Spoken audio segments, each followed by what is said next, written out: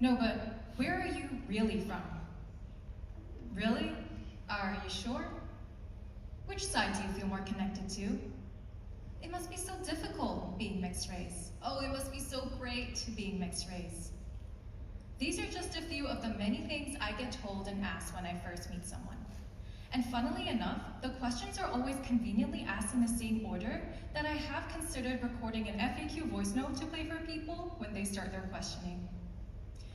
So that brings me here today, to talk about a topic that I believe many of us here can relate to, the journey of self-discovery as an in-betweener. Being an in-betweener in today's society is complex. What is an in-betweener? Someone who navigates multiple cultural backgrounds, third culture kids, mixed race individuals. My background as a Hong Kong and French mix has shaped my identity in profound ways. Growing up in Hong Kong, I often felt caught between cultures. A survey shows that 65% of mixed race individuals have struggled with identity confusion and sense of belonging. They feel like they have to grapple multiple layers of identity, which could lead to a rich but complicated self-perception. For example, I grew up speaking Cantonese, and when people would find out that I am half French, they would immediately assume that I can speak French too. I went to a local Chinese school where everything was taught in Chinese. I was most comfortable conversing in Cantonese, not even in English. So the look of confusion on people's faces when I would tell them I couldn't speak fluent French made me feel a sense of shame and embarrassment. So to cope, when my local friends would ask me if I could speak fluent French, I would lie and say, yes, I can speak fluent French, oui baguette. My mom, who is Chinese, would often remind me that I am French and that I should tell people that I am French too, just because that's what it says on my birth certificate. I didn't question any further, so when I moved to a French school at the age of 12, where people were actually from France, would hear me say that I am French, they looked me in the eye and said, no, you're not. Not to be dramatic, but at the age of 12, when everything's already changing, and on top of that, people are telling you you are not who you thought you were your entire life, was pretty confusing. So that brings us to a common experience, the feeling of not belonging. Many mixed race individuals have reported feeling like outsiders in both of their racial communities. This sense of alienation can take a toll on one's self-esteem. Research shows that 70% of mixed race individuals feel like they have to navigate complex identities, often leading to feelings of isolation. I've experienced this firsthand, where I haven't felt completely accepted by either my Hong Kong or French side. To Hong Kong people, I am a Guai Moi, constantly having to convince them that I am actually half Chinese, that I understand the culture, that I can speak the language, just for them to completely forget all of that and to continue the conversation in English. Well, and as to French people, I am just simply not French. And I don't blame them because I was never brought up in France. I was never surrounded by many French people growing up. I don't have the same mannerisms as them. So I get it. But what's confusing is that that's what my other half is supposed to be. But who's to say that this feeling can be turned into something positive? What if we challenge the traditional notions of belonging? Belonging doesn't need to be tied to a single race or culture. It can be a fluid concept, one that embraces the in-between spaces. In my life, I've learned that belonging can be found in shared experiences, conversations, and understanding, rather than adhering to strictly cultural norms. There is an 85-year Harvard study on the #1 key to living a longer and happier life, which, by the way, is the longest study ever conducted on human happiness. Just to give you some perspective as to what life looked like, here are some photos when the study first began, 80 years ago in 1938. Anyone here can take a quick guess as to what the key might be to living a longer and healthier life? close relationships, and social connections. Those are the key to living a longer and happier life. I would like to share with you the three key findings from this study. Number 1, social connections are crucial. One of the main conclusions of this study is that social connections can be a key predictor to health and happiness.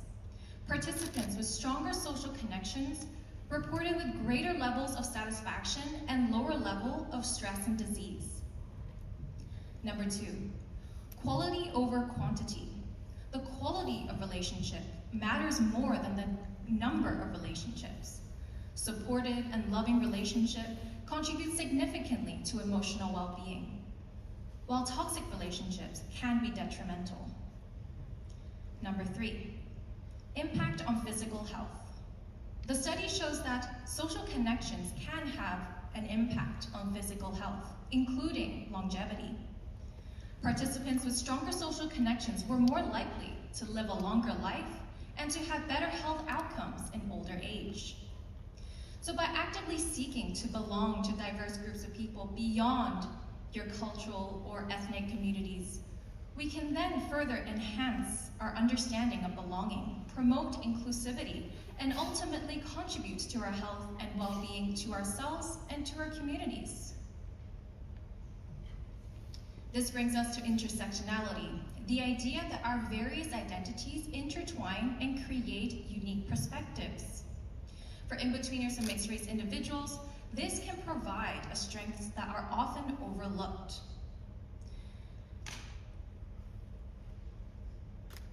I have access to both French and Hong Kong side, and I always get asked by Hong Kong people, where is the best French restaurant in Hong Kong?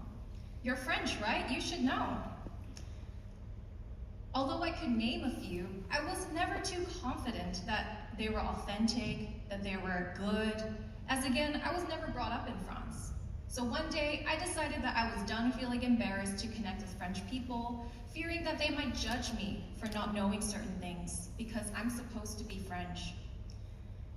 I decided to interview French people, asking them, where is the best French restaurant in Hong Kong? To my surprise, instead of being met with judgment, they welcomed me with open arms. They were more than thrilled to tell me their thoughts and opinions. As a result, the in-between space I have with my French and Hong Kong side has created this lighthearted, fun, and unique connection that celebrates our differences and our in-between spaces. And if I wasn't caught between cultures, and if I wasn't confused as to who I was growing up, I wouldn't be here tonight to share my experience with all of you, to connect with so many of you. It's about changing the perspective with the cards that you've been dealt with. Instead of focusing on the confusion, the bewilderment, the misplacement, ask yourself, how can I leverage on the position that I've been put in? How can I make the most out of this situation? Can I join a community that unites people? Maybe I can start a podcast, sharing my experience with other people. Maybe someone else out there can relate. Intersectionality is what makes you unique. By acknowledging and embracing the strengths that come from the intersection from unique perspectives, we can not only celebrate the richness of individual experiences, we can also challenge the traditional notions of belonging and identity. It is through recognizing and honoring these unique perspectives that we can then foster a more inclusive and empowered society that values the multifaceted identity of all its members. Speaking of connection, let's talk about community. Finding a community in this journey is crucial. In my journey, social media has played a pivotal role. I've connected with others online, sharing my experiences and stories with others that resonate deeply. It is through these connections that we remind ourselves that we are not alone in this journey. Building a community that celebrates diversity is essential. It opens doors for dialogue and understanding. Having access to both Hong Kong and French side has allowed me to become the bridge between both cultures. People are curious to learn about the similarities and differences between both sides. People do want to hear about the funny encounters I have when I reveal to them that I can speak fluent Cantonese. Having multiple identities Make interesting conversations, build stronger connections, and grant you to access to experiences that you otherwise wouldn't have. I consider being an in-betweener like a double agent, one that can be used to your advantage. As we navigate our identities, it is important to celebrate our journeys. Remember, it's perfectly okay to be a work in progress. Self-discovery is not a destination, it's a lifelong process. So what can we do? I encourage each and every one of you to embrace your differences and to start open conversations about race, identity, and belonging. My talk serves as a reminder that all of our journeys on self-discovery is unique. So let's embrace our complexities and learn from one another. And most importantly, it's okay to exist in the in-between. Thank you.